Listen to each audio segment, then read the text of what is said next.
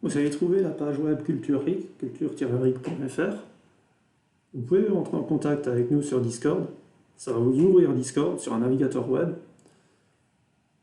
Première utilisation, vous allez avoir le login pass. Vous n'avez peut-être pas la première utilisation, vous allez saisir votre adresse mail et vous allez avoir un mail de confirmation.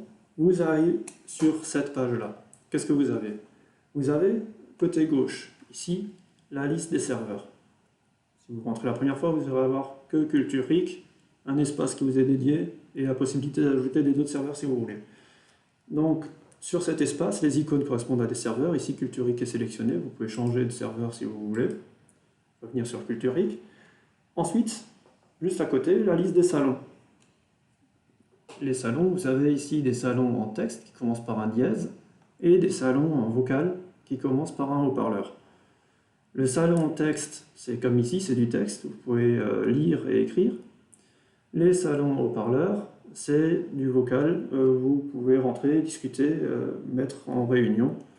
Comme ici, vous cliquez sur le vocal et vous êtes connecté en vocal. Si vous parlez, les autres, ils vous entendent. Là, je me suis mis dans un salon vide pour pas déranger les deux personnes qui sont présentes dans le salon ici, vocal accueil. Vous devez régler le son. Alors, première chose que je vous conseille, c'est d'avoir des écouteurs. Pourquoi? Si vous n'avez pas d'écouteurs, vous avez le son qui va sortir des haut-parleurs et qui va rentrer dans le micro de nouveau. Donc la personne qui est en face de vous, il va vouloir parler, le son va sortir de vos haut-parleurs ou rentrer dans le micro et va lui apparaître comme un écho.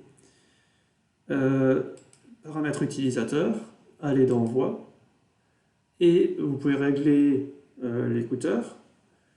Vous pouvez régler ici, par défaut, une détection de la voix. Ça veut dire que la période où vous ne parlez pas, la voix elle doit être dans le orange. Et la période où vous parlez, la voix elle doit être dans le vert ici. Le curseur que vous voyez là, vous pouvez régler le curseur en fonction.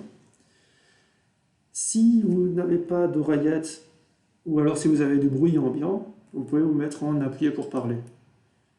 Comment ça se comporte? Vous tapez un raccourci clavier ici, et quand vous tapez sur la touche, pendant que la touche est appuyée, le son est transmis.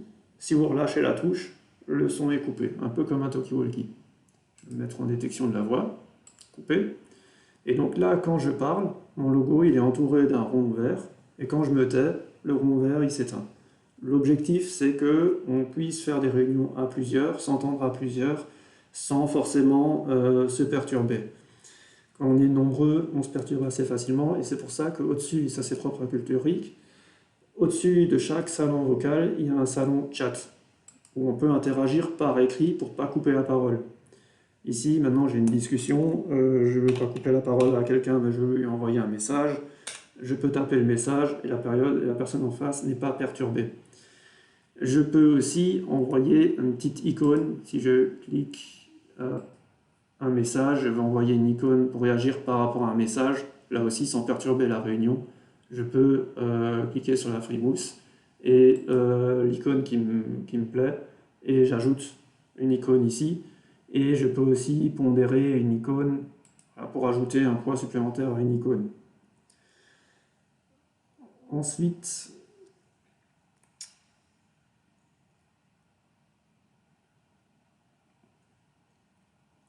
la première page sur laquelle vous allez tomber en rentrant sur Culture-Ric, c'est la charte.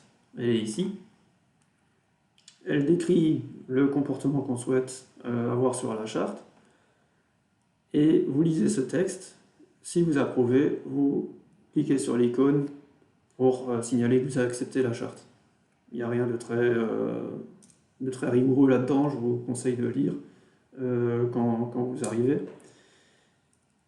Et autre petite chose, vous pouvez utiliser les icônes pour faire des votes. Donc, tout ce qui est tenue de réunion, on va vous expliquer ça dans une autre vidéo qui est propre à comment est-ce qu'on se comporte sur Culture-Ric pour tenir des réunions, pour faire des ateliers.